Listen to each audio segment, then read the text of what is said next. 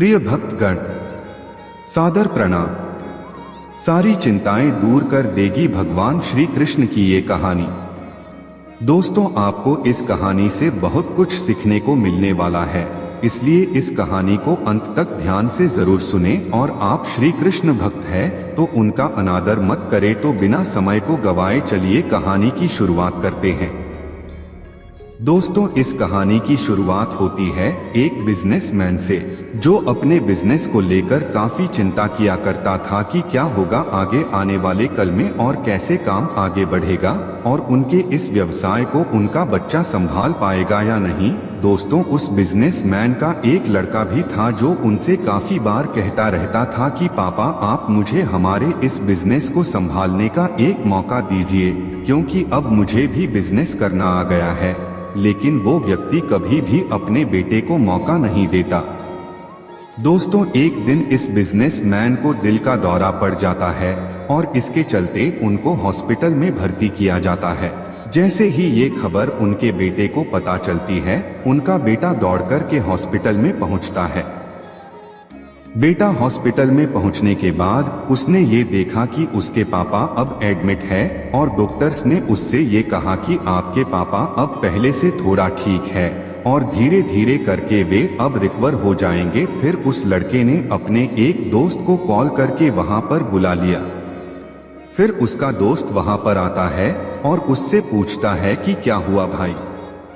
फिर उस बिजनेसमैन के लड़के ने अपने दोस्त से कहा कि मेरे पापा को दिल का दौरा आया है और उन्हें अस्पताल में एडमिट किया हुआ है। इसके बाद उस बिजनेसमैन का लड़का अपने दोस्त से कहता है कि चल ना, जरा बाहर चल के आ जाते हैं, बहुत देर हो गई है इधर। और फिर वो दोनों अस्पताल से बाहर चले जाते हैं। जब वो दोनों अस्पताल से बाहर निकले तब उनको एक आइसक्रीम वाला दिखाई देता है। फिर उस बिजनेसमैन के लड़के ने अपने दोस्त से कहा है कि भाई आ जाओ, आइसक्रीम खाते हैं।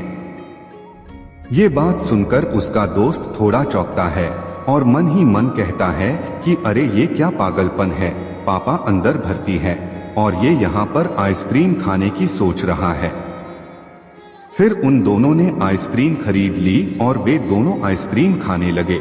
लेकिन उसका जो दोस्त था ना, उससे ये रहा नहीं गया और उसने अपने दोस्त से पूछ लिया कि भाई, मुझे समझ नहीं आ रहा है कि तुम्हारे बिजनेस का आगे क्या होगा और तुम्हारे पापा की तबीयत भी ठीक नहीं है और तू यहाँ आइसक्रीम खा रहा है, मुझे कुछ समझ में ही नहीं आ रहा है। फिर ये जो बिजनेसमैन का लड़का था ना, और उसने जो बात कही उसे आप ध्यान से सुने। अपने मित्र से कहा कि मुझे ये मालूम है कि तू ये सोच रहा होगा कि मेरे पापा एडमिट है, यहाँ पर आइसक्रीम चल रही है, मजे चल रहे हैं, पर ऐसा कुछ नहीं है। मैं भगवान श्री कृष्ण का बहुत बड़ा भक्त हूँ और उनकी दो बातें हमेशा अपनी जिंदगी में याद रखता हूँ। पहली बात, जो हम सबको पता है कि काम करना है और फल की चिंता नहीं करनी है, इसलिए जो होगा देखा जाएगा। मैं सिर्फ अपने काम करूंगा और फिर बिजनेस भी अच्छा चलेगा। दूसरी बात, वो लड़का अपने दोस्त से कहता है कि मैं तुम्हें भगवान श्री कृष्ण की कहानी सुनाता हूँ, जो तुम्हें दूसरी बात क्या है वो अच्छी तरह से समझाएगी। भगवान श्री कृष्ण की जो पत्नी थी, जिनका नाम रुक्मिणी था, उनको जब पहला बेटा हुआ था तो उसका नाम प्रद्युम्न रखा गया था और प्रद्युम्न के जन्म के 10 दिन पश्चात ही प्रद्युम्न का अपहरण हो गया। प्रद्युम्न के अपहरण के कारण रुक्मिणी नाराज और उदास रहने लगी कि क्या हो गया है।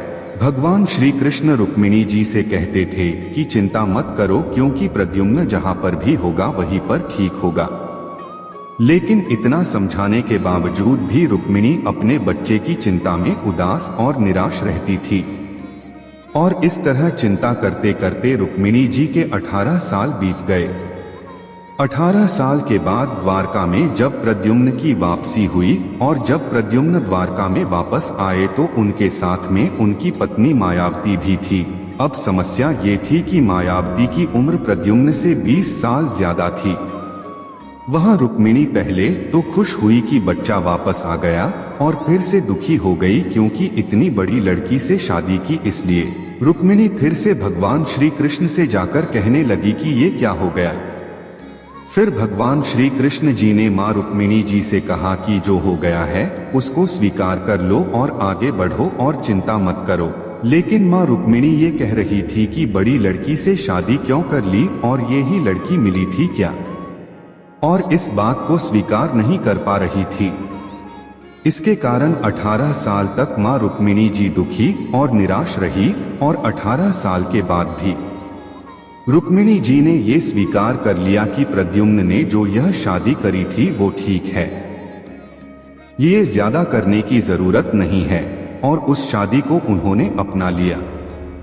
दोस्तों, एक तरीके से माँ रुक्मिणी जी ने अपने जिंदगी के 18 साल उदासी में बिता दिए। इस कहानी को खत्म करते हुए वो लड़का अपने दोस्त से बोला कि मैंने अब स्वीकार करना सीख लिया हुआ है, क्योंकि भगवान श्री कृष्ण जी कहते हैं कि जो हो रहा है उसे स्वीकार कर लो, जिंदगी अपने आप सहज हो जाएगी। वृंदावन की एक गाय का पीछा करते हुए शेर घेर लेता है। गाय किसी प्रकार बचते बचाते एक मंदिर के पीछे छुप जाती है। शेर ढूंढता हुआ वहां पहुंच जाता है और जैसे ही खाने के लिए आगे बढ़ता है, गाय रोते हुए कहती है, मुझे कुछ समय दो, मैं अपने बच्चों से मिलकर आती हूँ, फिर मुझे तुम खा लेना, मैं अवश्य लौट कर आऊंगी, यह वचन देती हूँ। गाय ने ऐसा ही किया। वह अपने बच्चों और परिवार से मिलकर मंदिर के पीछे पहुंच गई। शेर ने देखा कि गाय अपने वचन के अनुसार आ गई है।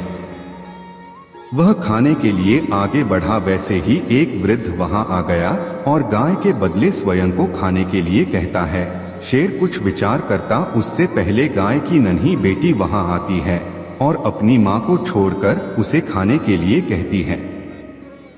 शेर के सामने अब 3 चारा था, वह किसे खाए इसका विचार कर रहा था। तभी दौड़ते हुए कृष्ण वहां आए और उन्होंने गाय के वचन निभाने पर उसे पुरस्कार स्वरूप जीवनदान देने के लिए कहा। नन्ही गाय जो अपनी मां को बचाने के लिए स्वयं काल के मुंह में जाने को तैयार थी, उसे नहीं खाने के लिए कहा। साथ में वृद्ध आदमी जिसमें शेर से लड़ने और मुकाबला करने की भी साहस नहीं है, ऐसे मनुष्य को खाकर क्या फायदा। श्री कृष्ण के वचन सुनकर शेर वहां से चला जाता है। भगवान कृष्ण की बचपन की कहानी। कृष्ण जी रोज अपनी गैया को चराने के लिए जाया करते थे। एक समय जब भीषण गर्मी पड़ रही थी, उस समय घास भी हरे भरे नहीं थे, सभी सूख चुके थे। गाय उदास बैठी हुई प्रार्थना कर रही थी, काश हरी भरी घास खाने को मिलती तो पेट भर जाता। कृष्ण अपने भक्तों की प्रार्थना अवश्य सुनते हैं। वह मन ही मन अपने गाय की प्रार्थना को सुन रहे थे। उन्होंने बांसुरी की एक ऐसी धुन छेड़ी कि आसपास सभी खेत पेड़ पौधे हरे भरे हो गए।